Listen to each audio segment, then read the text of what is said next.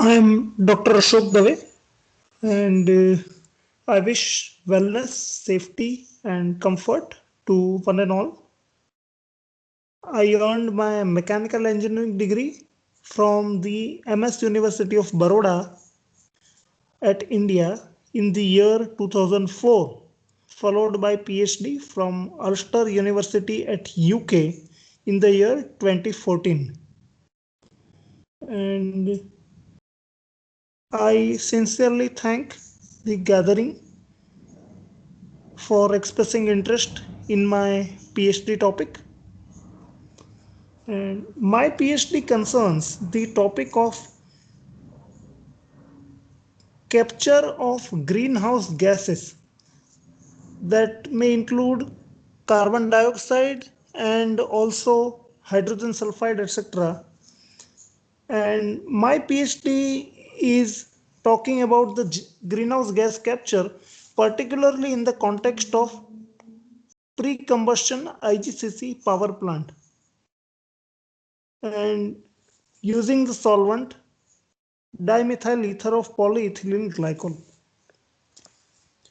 Now, my publication record is summarized at the bottom of the slide, and I haven't used any sophisticated analytical instruments or the mathematical techniques, but I have focused on the engineering aspects of the process design and basic engineering of the plant.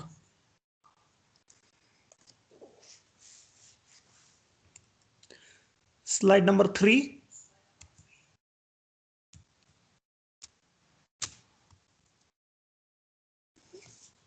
I will discuss the global warming issue and the proposed remedial technologies.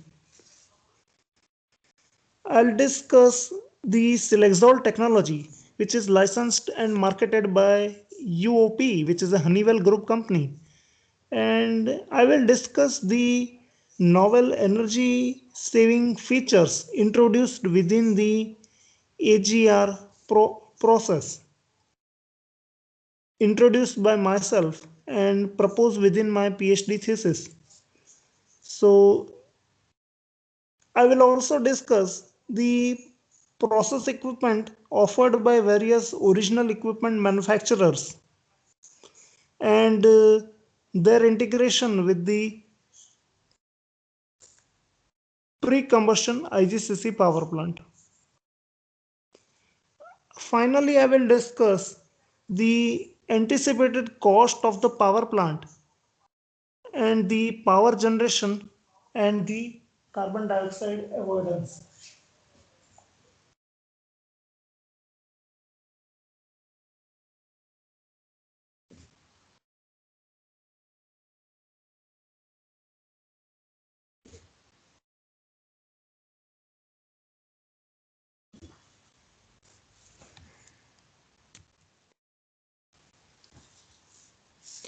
Now, these famous images actually indicate the year-on-year rising trend of the atmospheric concentration of carbon dioxide and the rising trend of the global average temperature. The trend actually shows that since about 1960s, the global average temperature and the atmospheric concentration of carbon dioxide both are continuously rising at a rapid pace. However, the fact remains that these have been rising since about 2 or 3 centuries, since whenever the Industrial Revolution started. So, in this context,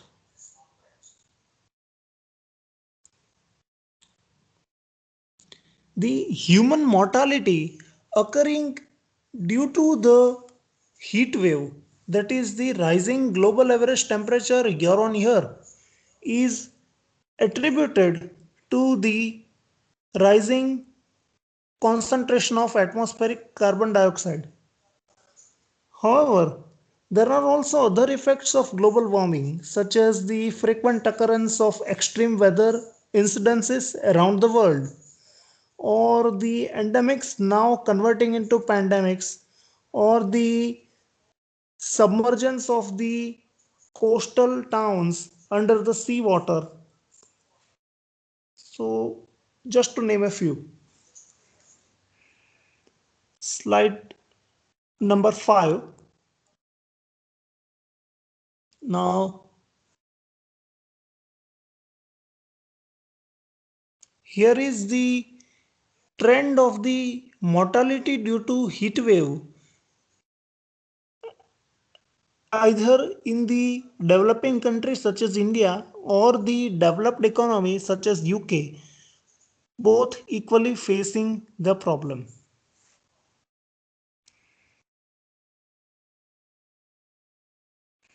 Now, slide number 6. This carbon dioxide may cause global warming, but then various other gases emitted by the industrial activity are far more dangerous in terms of their global warming potential. And the summary published in one of the report by the IPCC has been shown here. Now, the detrimental effects of the greenhouse gases could be somewhat mitigated, or various remedial technologies have been proposed, and those have been grouped in various groups such as pre-combustion technologies or the post-combustion technologies or the oxy-fuel technologies, and those are just explained here. Now, these post-combustion technologies are the ones where fossil fuel can be conventionally burnt in presence of air to produce flue gases containing carbon dioxide. And the technologies for capturing carbon dioxide from flue gas downstream of the combustion are classified as post-combustion carbon dioxide capture technologies. So these are enveloped by the orange box. Next comes the pre-combustion technology. So these are enveloped by the blue box.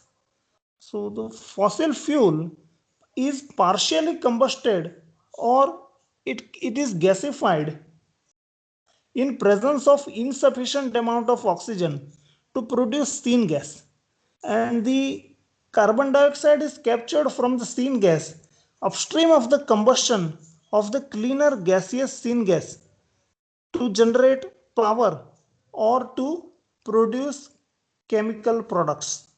So the technologies for capturing carbon dioxide from syngas are classified as the pre-combustion carbon dioxide capture technologies. Next comes the oxy-fuel technology, which is enveloped by the green color box. So the oxy-fuel technology is the one where the burning of fossil fuel in presence of pure oxygen is conducted instead of the air. That is how pure carbon dioxide is produced instead of the mixture of carbon dioxide with the nitrogen carried forward from the air, such as flue gas produced in the post combustion technology. Now, the capturing of this purer carbon dioxide is easier compared to the separation of carbon dioxide from the flue gas. So, this makes oxy-fuel attractive. However, it is a topic of research. Now, slide number 8. So these all technologies are again summarized in some more information, and particularly noteworthy is that in the pre-combustion technology there is one important step of the capture of carbon dioxide in between the gasification step and the combustion step, that is the production of the syngas and the combustion of the syngas. So this capture of carbon dioxide, or you can say the capture of greenhouse gases such as carbon dioxide and other greenhouse gases. So this part is actually shown by the red color box in between the pre-combustion technology, and this capture of carbon dioxide from the syngas in the pre-combustion technology is actually my PhD topic.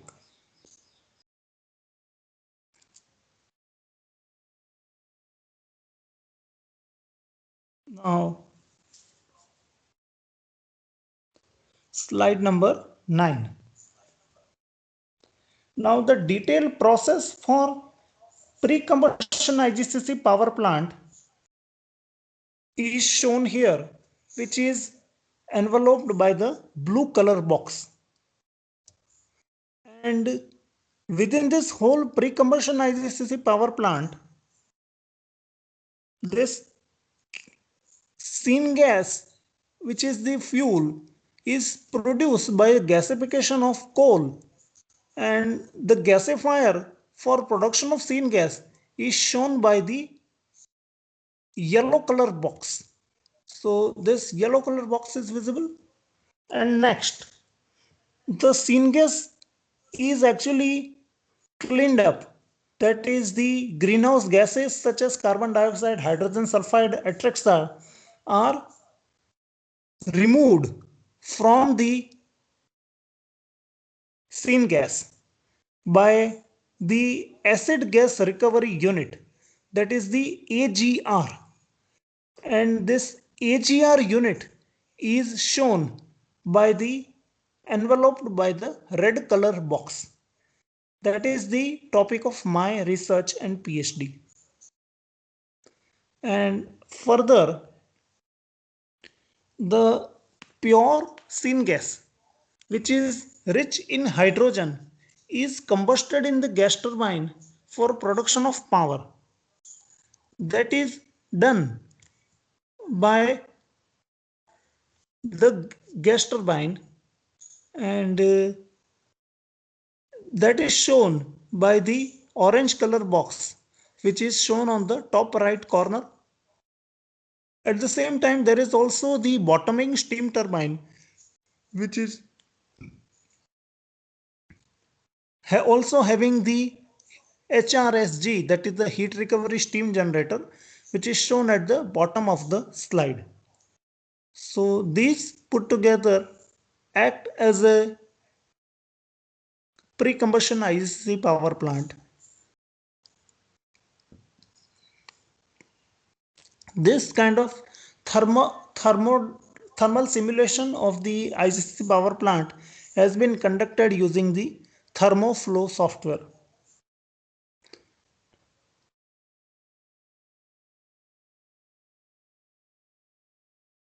Now, the syngas produced by the gasifier is converted into pure hydrogen using this water gas shift reaction, and the syngas consisting pure hydrogen and carbon dioxide is taken to the AGR unit for the capture of carbon dioxide. So this composition of syngas going to the AGR for capture of carbon dioxide is actually the boundary condition for my research, and I could get this from the shell coal gasification process by way of privilege of working for the decarbit FP7 project of European Commission.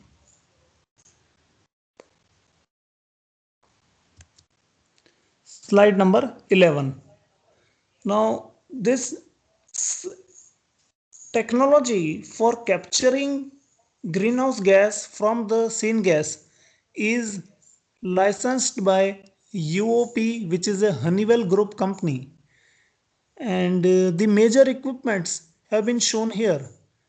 And this technology is actually not having larger penetration, and that is how the knowledge base or the awareness of this technology isn't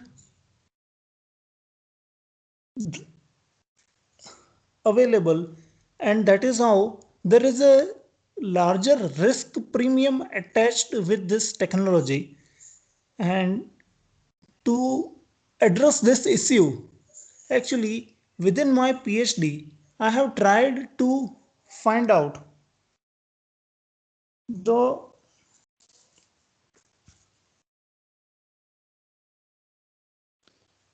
base I have tried to conduct the basic design, that is the front end engineering design of the AGR unit, to find the accurate estimate of the plant cost and the utility consumption for capturing the greenhouse gas from syngas. I move to slide number 12. Now, this Silexol is actually the trade name by the UOP for the technology for capturing greenhouse gas from the syngas. And this Silexol technology is licensed by the UOP. However, this technology is actually using a solvent, which is the dimethyl ether of polyethylene glycol. And the chemical formula for this solvent is given, which is having a polymeric polyethylene glycol component. And that is how this solvent is actually a mixture of various polymer components of the polyethylene glycol etherized by the methyl group. And that is why there isn't a crisp molecular formula or the crisp molecular weight, but on an average, it is considered to be 280 grams per mole.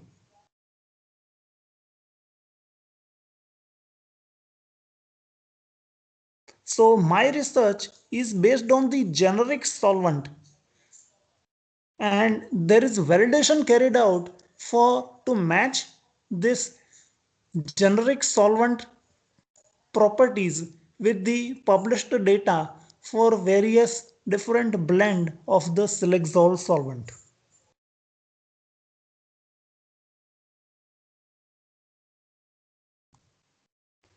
Now, slide number 13. Now, the rate-based simulation of syngas compounds dissolved within the DME-PEG solvent is conducted using the ProTreat software, and several energy saving features have been introduced by myself within the process for the greenhouse gas capture from the syngas that is carried out within the AGR unit, that is acid gas recovery unit. And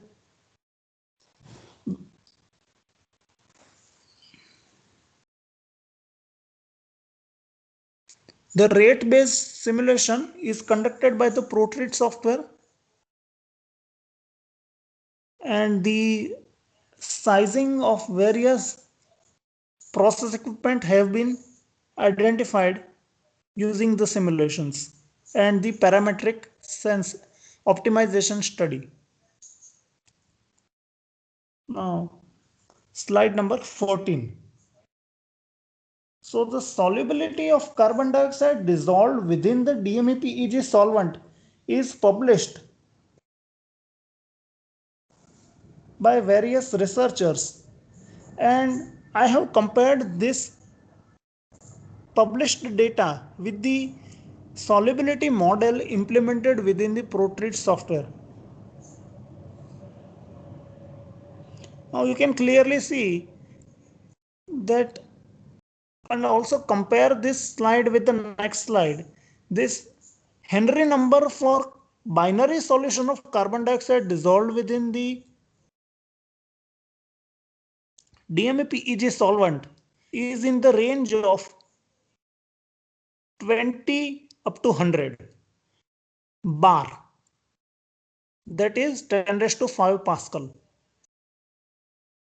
Whereas for the hydrogen sulfide, this Henry number for the hydrogen sulfide dissolved within the DMAP-EG solvent as a binary solution is in the range of kilopascal, that is 300 up to 3200 kilopascal. So that is how the Henry number for carbon dioxide is clearly larger, and that is how the solubility of hydrogen sulfide is clearly greater than the solubility of carbon dioxide within the DMAP-EG solvent.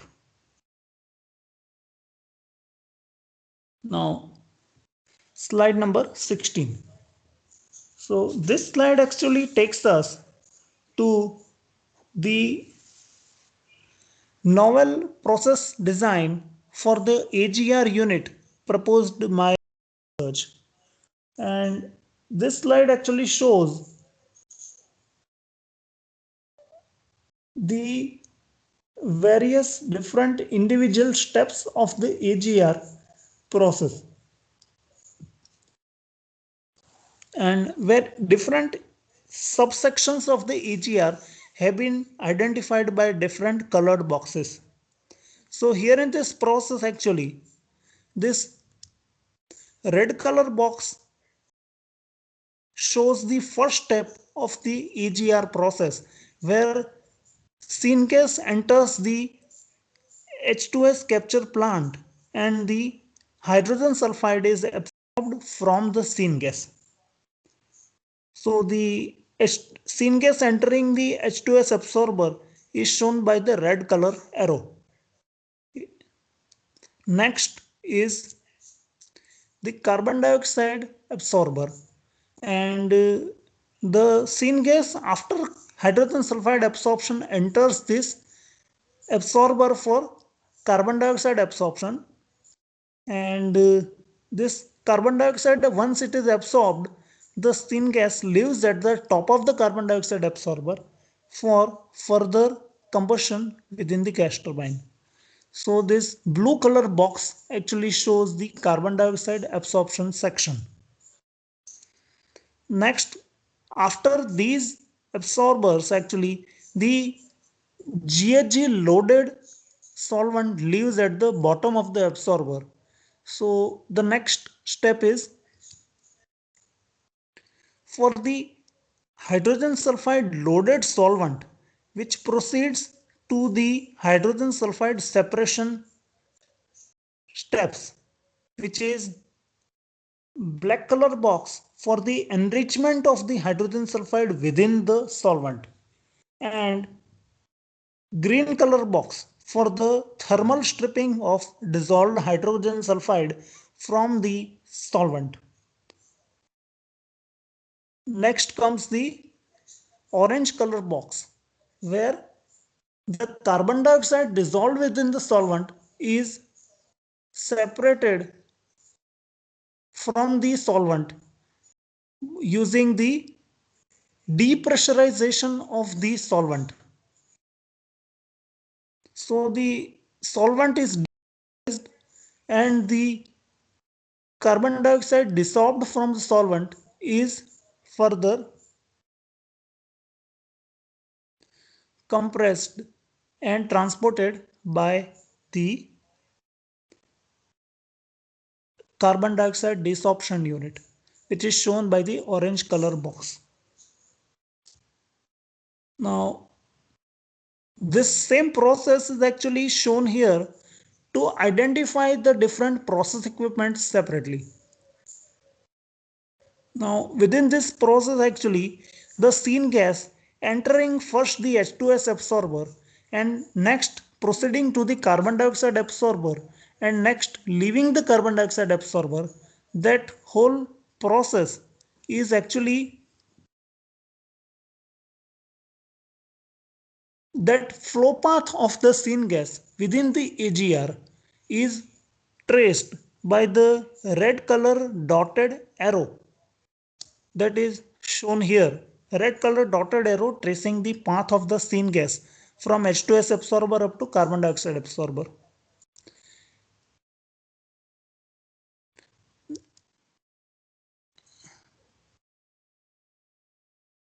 Next comes the recycle syn gas compressors for the carbon dioxide. So here is shown the syn gas recycle compressor for the carbon dioxide absorber, which is recycling part of the syn gas to the back to the carbon dioxide absorber.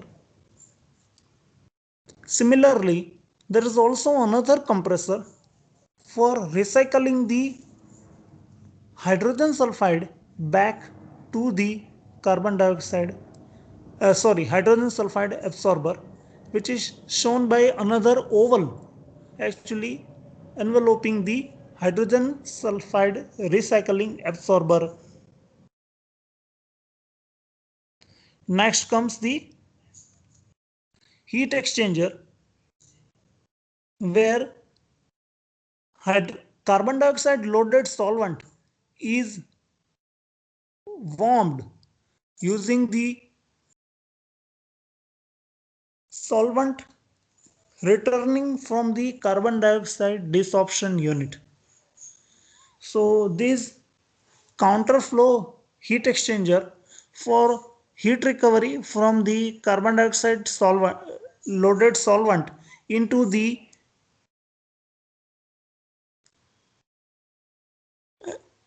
is shown by this heat exchanger is shown by the blue color box.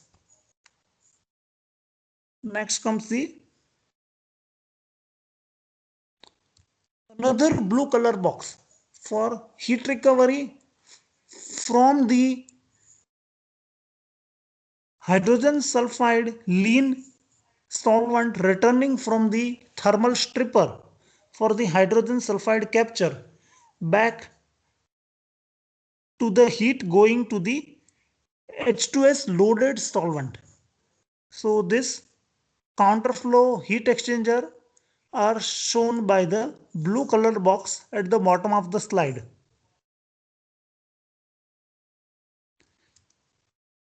Next comes the green color box for the steam heating of the carbon dioxide loaded solvent to get the appropriate temperature before starting the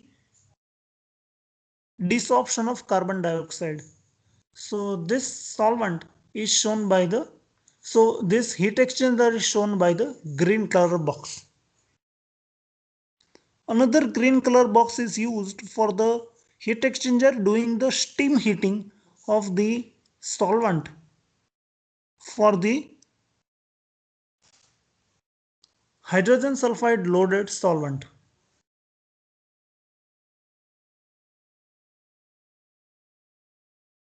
Next comes the set of hydraulic power recovery turbines. So within these hydraulic power recovery turbines, the carbon dioxide loaded solvent is gradually depressurized, and after the each depressurization the carbon dioxide is separated, which is cooled and further compressed.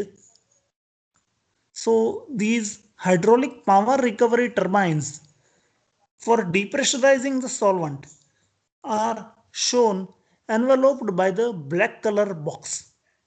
Another black color box is shown at the bottom of the slide for depressurizing the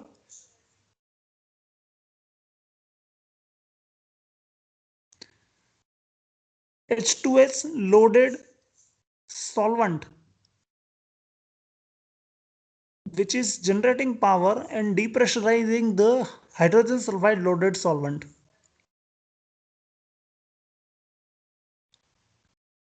Now next comes the integrally geared compressor for carbon dioxide. Now this carbon dioxide is actually available from different HPRTs, that is hydraulic power recovery turbines. So so the carbon dioxide is available at many different pressure stages, and the carbon dioxide available at each different pressure stage is collected, cooled and compressed to the final carbon dioxide transportation pressure. So in this way, actually the carbon dioxide is available at several different pressure, and these are all to be compressed to the final compression pressure of carbon dioxide transport. So this kind of compression is conducted using this integrally geared compressor, where each stage of compression can be carried out at its own optimum operational speed. That is how actually within the integrally geared compressor, each stage of compression need not be operated at the same RPM, but each stage of compression can be operated at its own optimum operating speed. So this is possible using the integrally geared compressor. And after this compression, this carbon dioxide can be transported. So this compressor is shown by the enveloped by the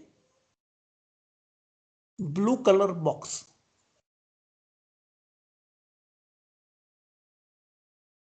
Next comes the overall process for acid gas recovery, and for this acid gas recovery the process is designed for 10,800 TPD of the syngas being processed, and as shown in the first slide, this syngas actually consists of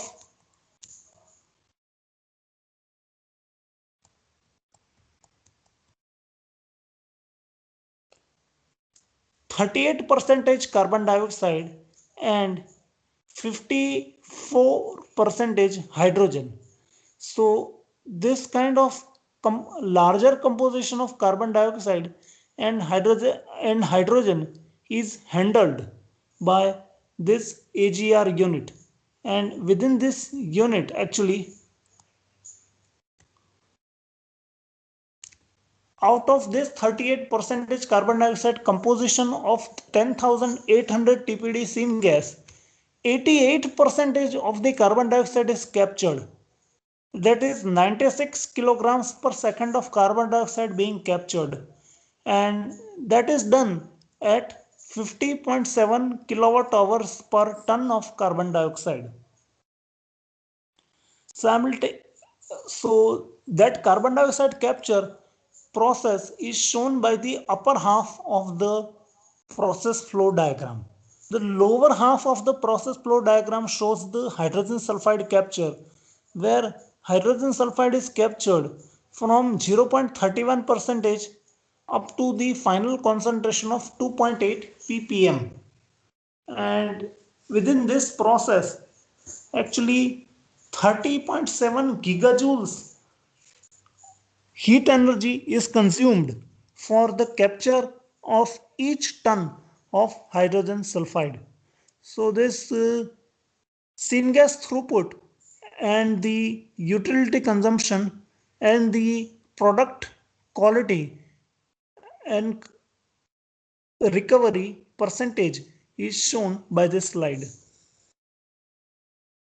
Now within this slide actually, this flow sheet for the carbon dioxide capture is shown, and here actually the flow sheet for hydrogen sulfide capture is also shown, and these two flow sheet are actually one single integrated flow sheet.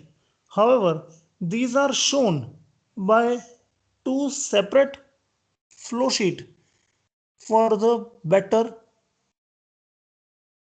description.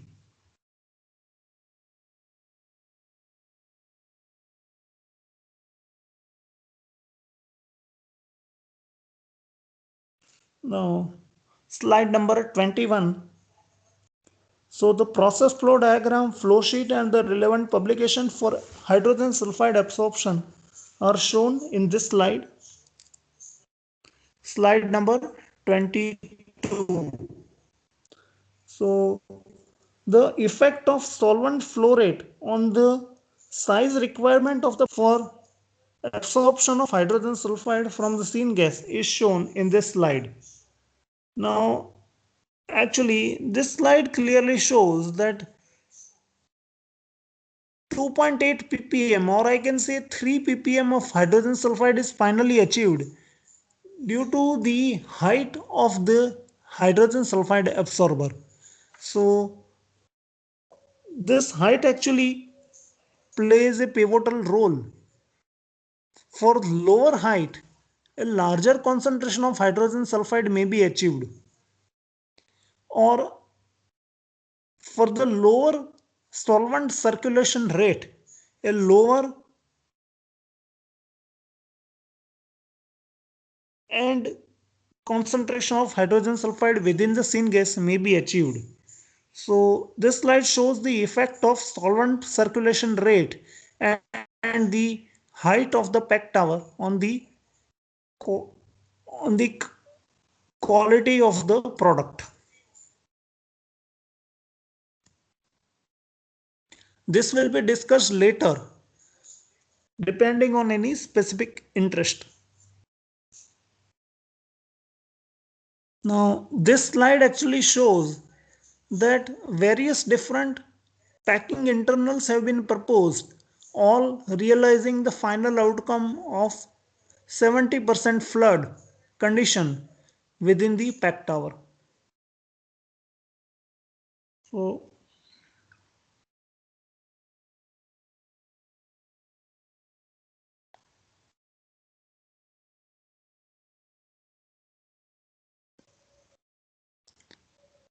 this 70% flood condition is the general norm within the engineering practice, particularly because this flood condition is actually the measure of the allowable gas flow rate within the pack tower opposing the solvent flow rate, liquid solvent flow rate. So higher is the gas flow rate, then higher will be the rate of flooding, and at certain flooding rate, this further addition of the solvent flow isn't possible to increase. At the same time, if certain minimum flooding percentage is achieved, then further increase of the solvent flow is also not possible. So 70% flooding is actually the sort of best utilization of the pack tower, such that there is a possibility for overcapacity operation and at the over or the under capacity operation, and there is a good stability of the plant operation. This will be discussed later depending on any specific interest. Particularly noteworthy here is that this, while trying to achieve the 70% flood condition, this 69 percentage flood condition has been achieved. At the same time, the pressure drop within the pack tower is 166 Pascal per meter. At the same time, the final H2S composition within the syngas is 5 ppm being less than the achieved 4 milligrams per normal meter cube, which is a 2.8 ppm value.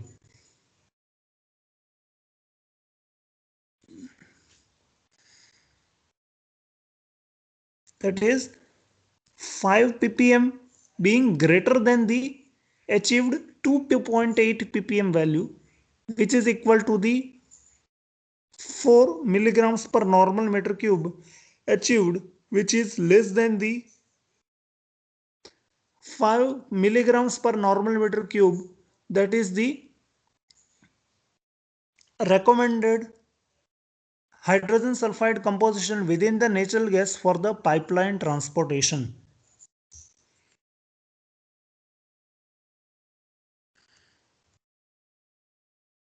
Same thing narrated here and will be discussed in more detail for any specific interest. Now, this particular slide shows the process flow diagram and the relevant publication for hydrogen sulfide enrichment. Now, this particular slide shows this flow sheet for the enrichment of hydrogen sulfide within the solvent.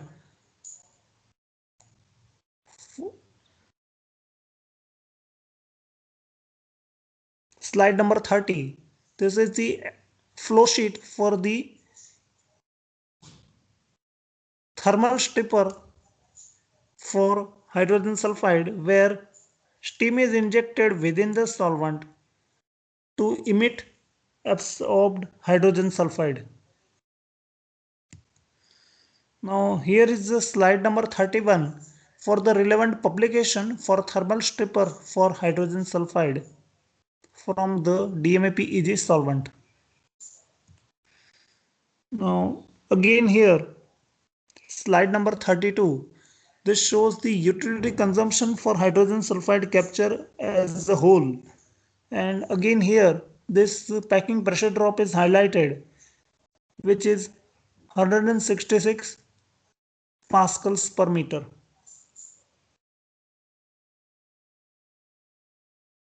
Here is the slide number 33, process flow diagram for carbon dioxide absorption from the syngas and the recovery of the co-absorbed hydrogen from the solvent and the recirculation of the recovered gas to the carbon dioxide absorber. So this process flow diagram is shown here. And next comes slide number 34. So here the flow sheet for the absorption of carbon dioxide from the solvent, recirculation of recovered gas to the carbon dioxide absorber, and recovery of co-absorbed hydrogen from the solvent. These things are shown within the flow sheet. Slide number 35. So the process flow diagram and the flow sheet for carbon dioxide absorption from the syngas in the solvent. Okay, sorry. The bulk absorption of carbon dioxide is shown in this figure. So initially the carbon dioxide is something like 3 kilomoles per second. And after the absorption of carbon dioxide, the final concentration is less than 0.0 4 kilomoles per second. That is volumetric reduction of the syngas from 42% from 42 percentage carbon dioxide up to 3 percentage carbon dioxide. And due to this significant volumetric reduction of the syngas, actually this syngas experiences a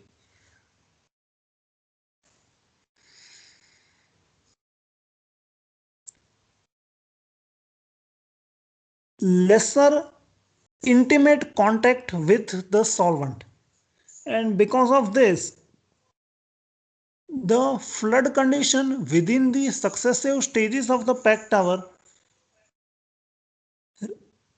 becomes less and less intense, and this allows the opportunity for increasing the surface area of the packing internals to maintain the 70% flood condition throughout the pack tower.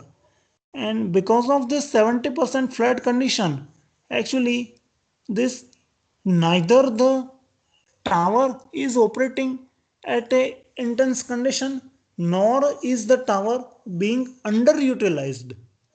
And this kind of condition is achieved by using the various different packing internals within the same single pack tower. And by using this, actually this 87 pascals per meter pressure drop is achieved. So when the solvent is gradually warmed from carbon dioxide absorption up to higher temperature, when then hydrogen is quickly liberated. However, carbon dioxide liberation generally starts after the temperature of 70 degrees centigrade. So accordingly, the solvent is warmed up to 70 to 75 degrees centigrade to recover at least half of the co-absorbed hydrogen. And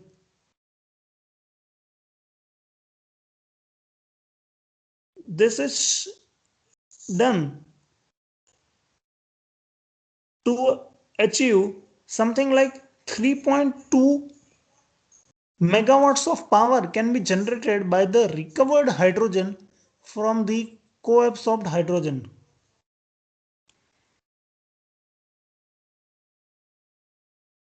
Now various different packing internals for the carbon dioxide absorber are shown in this slide. So the upper layer having the smaller syngas flow rate can be operated by the finer nominal size of the internals, whereas the lower layer having the larger syngas flow rate can be operated using the larger nominal size of the packing internals. And that is here actually all the different pack sections are still being operated at nearly 70% flood condition. So for different suppliers of the pack tower internals, this condition is shown here. And the relevant publication is also shown here. And for the desorption of carbon dioxide, another process flow diagram is shown here. And for the sequential liberation of the carbon dioxide from the solvent accompanied by the compression of carbon dioxide by the integrally geared compressor, is shown here. So this matching of the pressure stage of the hydraulic power recovery turbine with the corresponding stage of the compressor has been conducted, and the flow diagram is shown in this slide. Now this flow scheme for the different pressure rating of the carbon dioxide is shown in this slide, and the relevant publication for the desorption of carbon dioxide and compression of carbon dioxide is shown in this slide, and the utility consumption for carbon dioxide capture has been shown in this slide, and the specification of the carbon dioxide of the AGR has been compared with the final process outcome within this slide.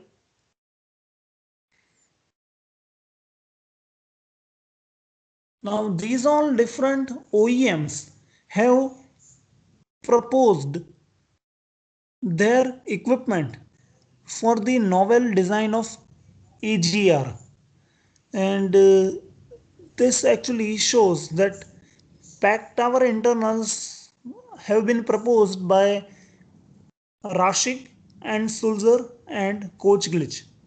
At the same time, these Pachinox heat exchangers are produced by Alfa Laval and similar ones by the GIA process also. But for the similar duty, Watras has proposed to use their plate-in shell heat exchangers. So these are compared here, and solvent pump have been proposed by Sulzer and Flowserve, whereas the hydraulic power recovery turbine, which is actually the reverse rotating pump, is proposed by the Sulzer pumps. And this integrally geared compressor have been proposed by MAN diesel and turbo, and these barrel compressors have been proposed by Dresser-Rand. Alternators have been proposed by Siemens, and the DMAPEG solvent is produced by Dow Chemical, and their hold up within the all the different pack tower has been estimated, and the overall solvent hold up within the AGR unit has also been estimated. Now the different features of AGR unit have been shown in this slide, particularly that the carbon dioxide absorber has been achieving 70% flood condition despite the significant volumetric reduction of the syngas from 42% carbon dioxide up to 3% carbon dioxide. At the same time, the hydrogen is recovered from the co-absorbed hydrogen going along with the carbon, carbon dioxide loaded solvent for carbon dioxide desorption, and this kind of solvent heating up to 71.5 degrees centigrade is helpful to recover 55.7% of the co-absorbed hydrogen, which is helpful to generate 3.2 megawatts of power. Then this hydraulic power recovery turbines are actually useful in the sense those are able to generate 4.6 megawatts of power. Then this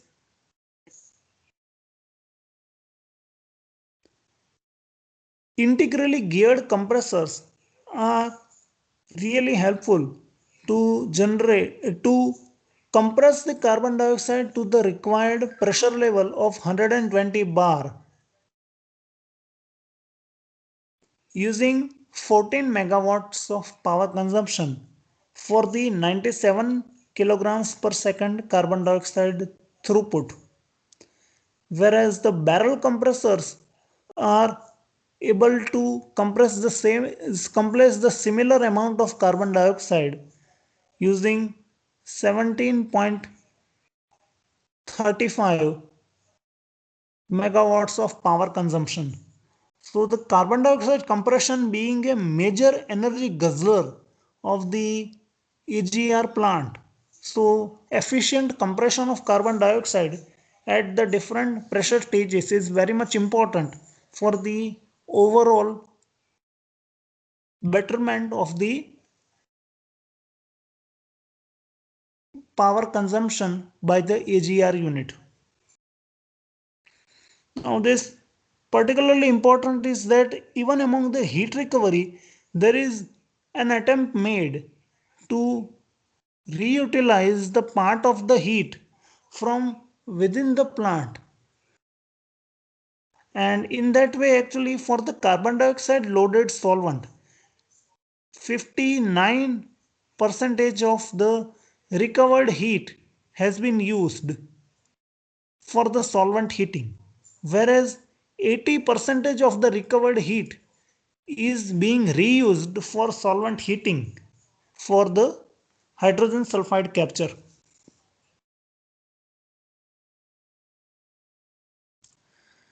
Uh, the integration of the proposed AGR within the IGCC power plant is shown here,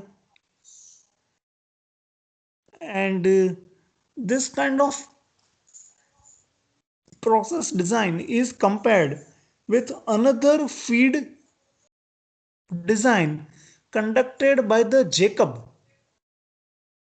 and Jacob has considered using this GE gas turbine and GE gasifier for their analysis, whereas I had considered using this Siemens gas turbine and Shell coal gasification process for my novel process design for the AGR. And I would certainly mention that the numbers here could be certainly readjusted or corrected at the expense of certain other numbers. That means I could say that even this 88% carbon dioxide capture I have mentioned, it could be even made to something like 90% carbon dioxide, or same for the Jacob process also, that they could achieve something like 95% carbon dioxide capture, but at the expense of additional utility consumption. So these are the best match mentioned in this slide. Now this slide actually shows the overall cost of the IGCC power plant. And this slide actually shows the specific investment required for the IGCC power plant. If carbon dioxide capture is really desired, then 1724 euros per kilowatt gross is estimated. Whereas if carbon dioxide capture is desired, then more than 2000 euros per kilowatt gross is necessary to be invested. And particularly for the novel process, it could be 2100 euros per kilowatt gross. And this actually makes this penetration of the pre-combustion IGCC with carbon dioxide capture somewhat prohibitively expensive, in the sense that this becomes attractive only if the carbon dioxide capture is really needed. However, with the present day technology, where carbon dioxide is not regularly captured, and the technology is being so mature that there is a certain surety with which the grassroots project inception up to the first turnkey event could be specified at a specific date of the calendar event. So, considering the reliability and dependability of the present day technology, as well as the economic advantage in favor of the present day technology, this novel process has to be still more efficient and economically viable to become a more attractive option.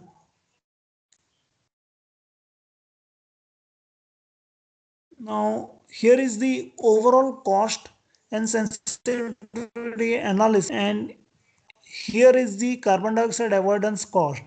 Particularly noteworthy is that the break-even electricity selling price for different financing options and the carbon dioxide avoidance cost for different specific investment and financing options have been shown in this slide. And in terms of financial aspects, the conclusion can be that carbon dioxide avoidance cost of €20 could be achieved by this process, although that too looks very much optimistic scenario.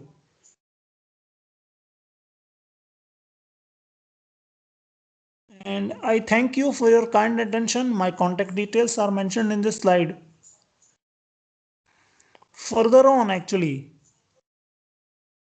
depending on specific interest, I could further discuss this experience of pilot plant operation and upgradation for the post combustion carbon dioxide capture unit.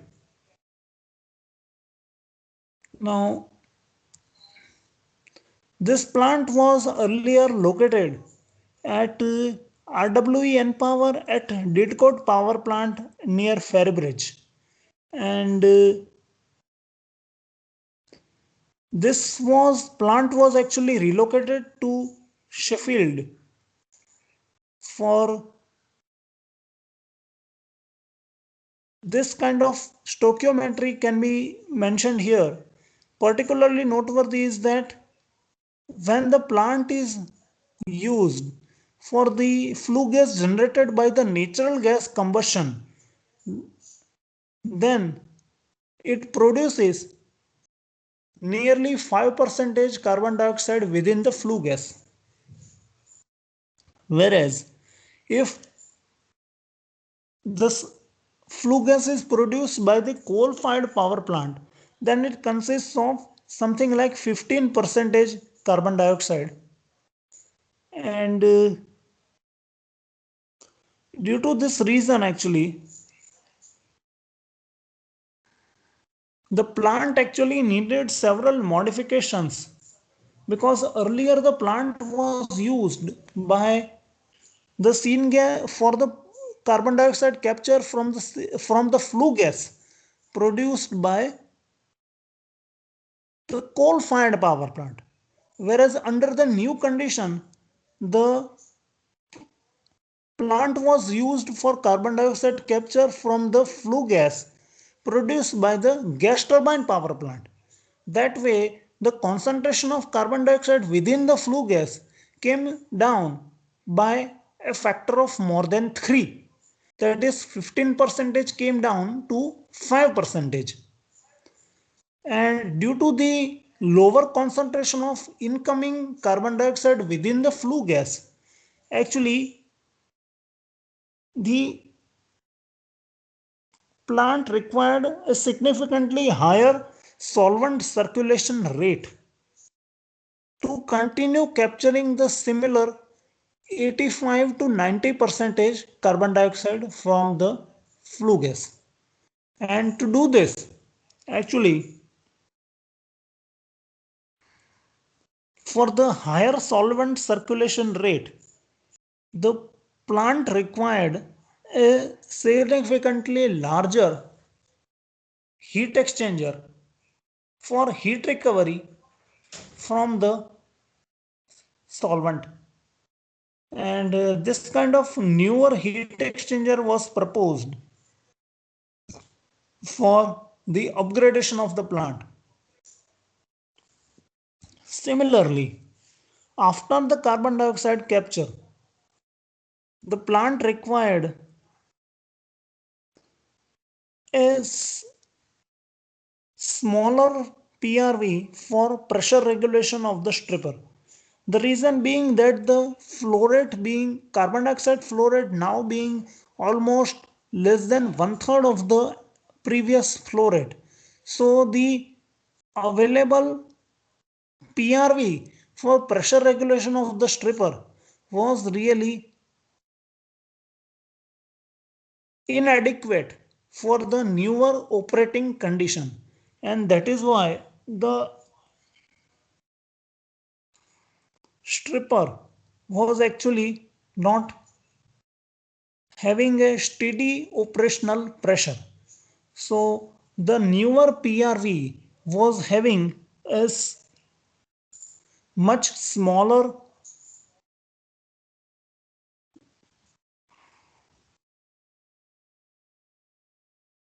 flow passage area that was able to match with the newer operating condition. Similarly, for the heat input to the reboiler, the general practice being to use only the condensing steam for the heating of the solvent for the recovery of carbon dioxide. But in our case, actually, this hot water was used as the hot media, and the sensible heat transfer from the hot water was actually measured by the temperature of the incoming and outgoing water, which makes very much important to accurately measure the temperature. At the same time, water flow rate for that means multiple parameters to be accurately measured for accurate determination of the heat input to the reboiler. So it was proposed to use the condensing steam so that only a single parameter of steam flow rate need to be accurately measured, and the pressure of the condensing steam can also be measured to estimate the latent heat released by the condensing steam to the chemical solvent for desorption of carbon dioxide. So here this diagram shows the importance of the accurate location and identification of the different thermocouples. Here this diagram shows the effect of the non-accurate pressure regulating valve, and here actually I show the my previous experience of aerodynamic design of the combustor for the micro gas turbine, and this was conducted using the ANSYS CFD simulation software. So a testing module of the combustor for the microgas turbine was designed, and using this SolidWorks software, and further it was disintegrated and mashed using this grid generation software, and the various boundary conditions are also described for this particular CFD analysis of the combustor.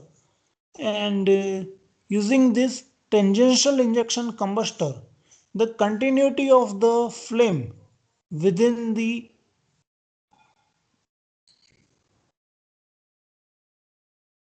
combustion region is shown within the post-processing CFD post-processing image, and the fabrication of the combustor test module for the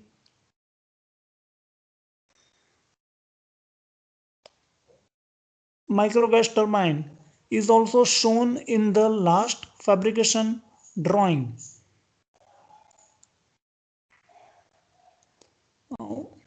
I thank you for your kind attention, and my contact details mentioned on the last slide. Thank you very much. Goodbye.